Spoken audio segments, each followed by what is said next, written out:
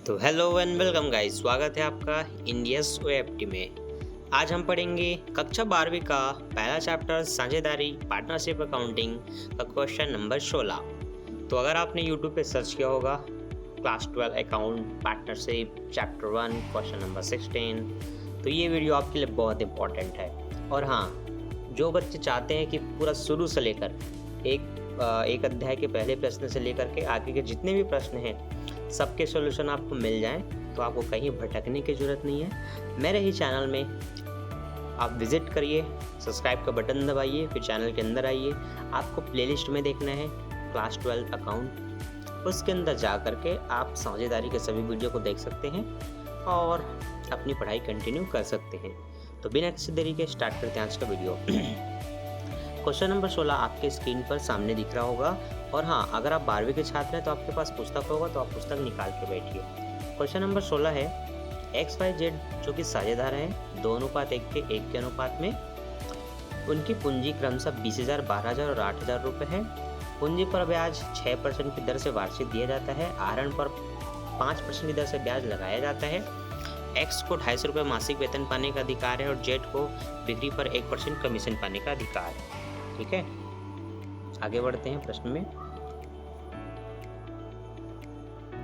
वर्ष 2007 में 15,000 रुपये का लाभ हुआ तथा बिक्री 2 लाख की हुई। उनके आहरण क्रमशः 5,000, 3,000 और 6500 हैं, जिन पर ब्याज 100, 50 और 250 रुपये है। ठीक है, अब यही प्रश्न XY इंग्लिश में भी लिखा हुआ है, तो जो बच्चे इंग्लिश मीडियम के हैं आप भी देख सकते हैं, आपका क्वेश्चन नीचे लिखा हुआ है। ठीक है, और मैं आपको दोनों तरह के बच्चों को समझाऊंगा, इंग्लिश मीडियम वाले भी समझ सकते हैं।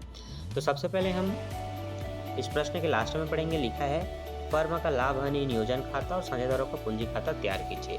तो हमें बनाना है लाभ हानि खाता और साझेदारों का पूंजी खाता। तो सबसे पहला अकाउंट होता है profit and loss appropriation account, जिसको हिंदी में लाभ हानि नियोजन खाता कहते हैं। ठीक, तो अब हम अपने प्रश्न को कंटिन्यू करने जा रहे हैं। आपके पास पेन, कॉपी, रबड़, कटर, शीश, स्केल जो भी होगा निकाल करके बैठ जाइए, मेरे साथ साथ आपको भी चलना है। ठीक है, चलिए तो स्टार्ट करते हैं हमारा वीडियो। तो सबसे पहले हम बनाएंगे लाभ हानि नियोजन खाता। ठीक है बच्चों, चलो अब साथ साथ चलना। देखिए, पूंजी पर ब्याज निकालना है 6% की दर से। ठीक, तो जिनकी पूंजी लगभग 20,000 थी, ठीक, जब हम उसका 6% निकालेंगे इस तरह से, तो 2 जीरो से हम 2 जीरो काट देंगे, कैंसिल हो गए 2 जीरो से 2 जीरो, 6 दूनी 12, 2 जीरो को उतार देंगे 1,200 रुपये। ठीक, तो इसी तरह से सभी के पूंजी को आप लिखेंगे, गुणा करेंगे 6/100 का, 0 से 0 काटेंगे, जो आएगा ऊपर का 6 के साथ गुणा हो जाएगा और इस तरह से इनका ब्याज निकलेगा। तो पहले व्यक्ति का निकला 1,200 जो कि आपको यहाँ दिख रहा है, उसी तरह से दूसरे का आप निकाल लेंगे, फिर तीसरे का भी निकाल लेंगे, फिर तीनों का टोटल करेंगे। ठीक है, टोटल करने के बाद ये चेक करेंगे कि कितना आया टोटल। ठीक है, तो चलिए मैं इसको मिटाता हूँ। ठीक, आगे X को वेतन मिलना था 250 रुपये। अगर 250 रुपये मासिक मिलता है तो पूरे साल भर में कितना मिल जाएगा? क्योंकि देखिए, खाते शुरुआत होते हैं 1 जनवरी से, ख़त्म होते हैं 31 दिसंबर को। ठीक है, लेकिन यहाँ पर 1 महीने से लेकर पूरे दिसंबर तक को काउंट करेंगे तो 12 महीने होते हैं। इसलिए अगर किसी को हर महीने वेतन मिल रहा है तो पूरे साल में 12 बार मिला, इसलिए 12 का गुणा करते हैं मासिक वेतन में। तो 12 शून्य 0, 12 पंचे 60, ये 0 हासिल है 6, ये 0 है। ठीक है, और 12 दूनी 24, 24 में हम 6 जोड़ेंगे 30, लगभग 3,000 रुपये निकला, जो कि यहाँ लिखा हुआ है वेतन से 3,000 रुपये। ठीक है, आई होप आपको स्पष्ट दिख रहा होगा। आगे बढ़ते हैं।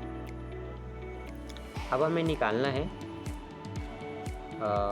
कमीशन, जेट का कमीशन, जो कि कुल बिक्री पे निकला है। अब कुल बिक्री है कितने का वो भी चेक कर लेते हैं। ठीक है बच्चों, तो कुल बिक्री है 2 लाख का, ये 2 लाख रुपए मैं लिख रहा हूँ, जिसका 1% देना है तो 1/, आप 100 लिखेंगे। परसेंट का मतलब होता है बट्टे में 100। ये 2 जीरो से 2 जीरो कैंसिल हो गए, आपके पास 2,000 बचा है, तो उस 2,000 को आप लिखेंगे। अब गलती से यहाँ लिखा हुआ है इसको यहाँ नहीं होना चाहिए, इसको अंदर में होना चाहिए इस तरह से 2000 रुपये। ठीक है, तो ये अंदर में रहेगा जो कि इधर है। ठीक है, आपको समझना है। आगे बढ़ते हैं। अब है टोटल लाभ की राशि का एंट्री। तो लाभ की राशि कितनी है, तो देखिए लाभ की राशि है 15,000 रुपये, जो कि स्पष्ट दिया हुआ था प्रश्न में, तो उसको आप समाकलन साइड लिखते हैं। ठीक, अब हिंदी में एक बार बता दूं, फिर इंग्लिश में। सबसे पहले पूंजी पर ब्याज निकालेंगे और लिखेंगे इंटरेस्ट ऑन कैपिटल, और हिंदी मीडियम के छात्र लिखेंगे पूंजी पर ब्याज, साझेदारों की पूंजी पर ब्याज। वेतन मिल रहा है तो आप सिर्फ वेतन लिखेंगे और ब्रैकेट में एक्स का नाम दर्शाएंगे, और इंग्लिश मीडियम के छात्र लिखेंगे जो कि दिख रहा है आपको टू सैलरी टू एक्स। ठीक है, कमीशन जेट का था तो कमीशन करके आपको हिंदी में लिखना है और जेट का नाम ब्रैकेट में लिखना है। टोटल अमाउंट को यहाँ शो करेंगे, लेकिन ऐसे प्रश्नों में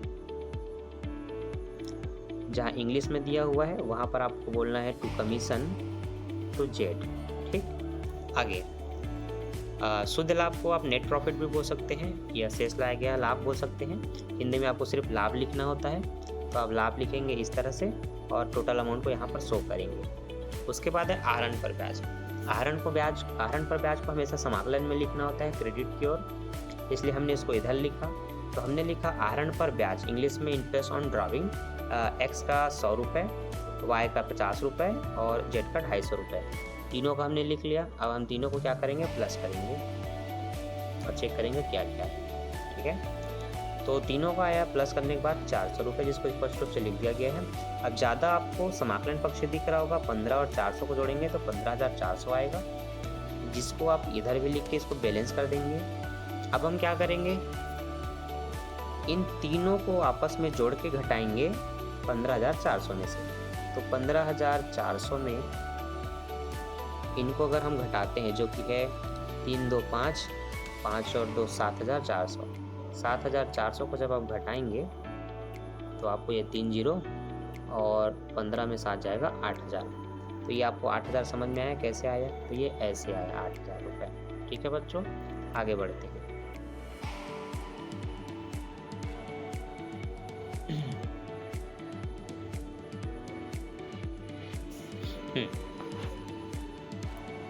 अब इस 8,000 को उनके पूंजी के अनुपात में बांटना है, जो कि है 2 1 1। तो 8,000 गुणित 2/4। अब बट्टे में 4 कैसे आया, तो देखिए जो भी अनुपात होता है उनको आपस में जोड़ते हैं। तो 2 में 1 जोड़िए और इस 1 में 1 को जोड़िए, तो 2 और 1 3, 3 और 1 4 हो रहा है। इसलिए जिसका हिस्सा जो है उसको आप ऊपर में लिखेंगे इस तरह से, लेकिन जो टोटल आएगा उसको आपको नीचे लिखना है इस तरह से। अब आप काटेंगे, 2 1 कम 2, 2 दूनी 4 कटा। अब इस 2 से इसको काटेंगे तो 2 चौक 8, 2 शून्य 0, 2 शून्य 0, 2 शून्य 0 मतलब 4,000। तो पहले का निकला 4,000, दूसरे का आप लिखेंगे 1/4, सीधा 4 से काटेंगे तो 4 दूनी 8 आएगा। तो उन दोनों का निकलेगा 2-2,000, जो कि इस तरह से लिखा हुआ है। ठीक, तो ये हो गया टोटल बंटवारा। तो ये तो हुआ आपका लाभ हानि नियोजन खाता, जहाँ पर सबसे पहले आपको लिखना होता है पूंजी पर ब्याज। ठीक है, जो कि ये हमने लिखा। फिर आपको लिखना होता है वेतन या कमीशन, फिर आपको लिखना होता है लाभ, फिर आहरण पर ब्याज, फिर इनको भी प्लस करके आपस में घटा दिया जाता है। जो बैलेंस आता है उसको साझेदारों के पूंजी खाता में हस्तांतरित करने पर लिखना होता है, या इंग्लिश में to net profit transfer to partners capital account, इस तरह से बोलना है। और फिर इस प्रश्न को कंप्लीट करना है। लाभ है नियोजन खाता आपका कंप्लीट। ठीक, आगे बढ़ते हैं। अब हमें बनाना है साझेदारों का पूंजी खाता। तो पूंजी खाते को स्पष्ट रूप से समझ लेते हैं, क्या है पूंजी खाता और कैसे बनेगा। ठीक है बच्चों, चलिए आगे देखते हैं।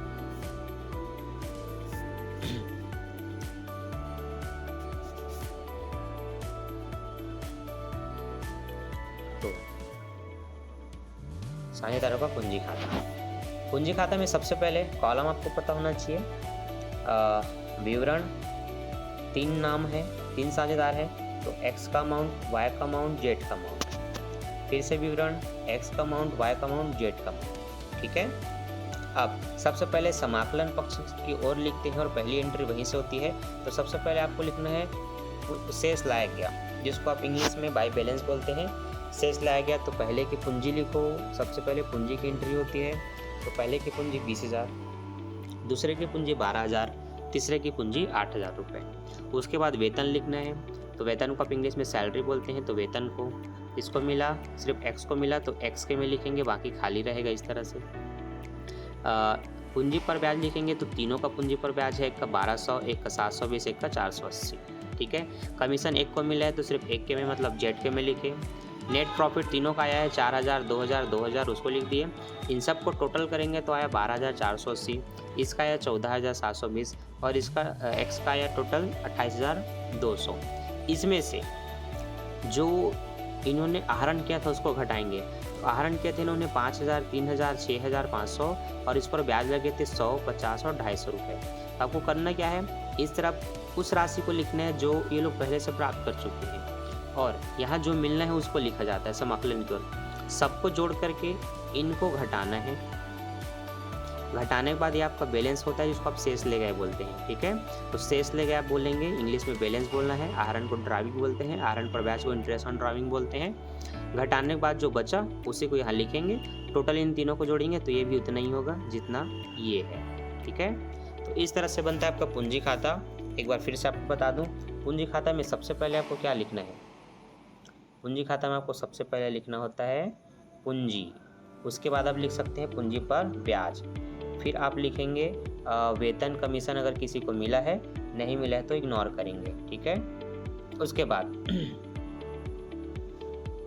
सबसे पहले पूंजी पर ब्याज, सैलरी मतलब पूंजी पर ब्याज, वेतन, कमीशन और लाभ जो बांटे गए हैं, ठीक है। इस तरफ लिखेंगे आहरण, आहरण पर ब्याज और उसके बाद इसका टोटल करके इसमें से घटा देंगे, जो आया फिर वो आपका आंसर है।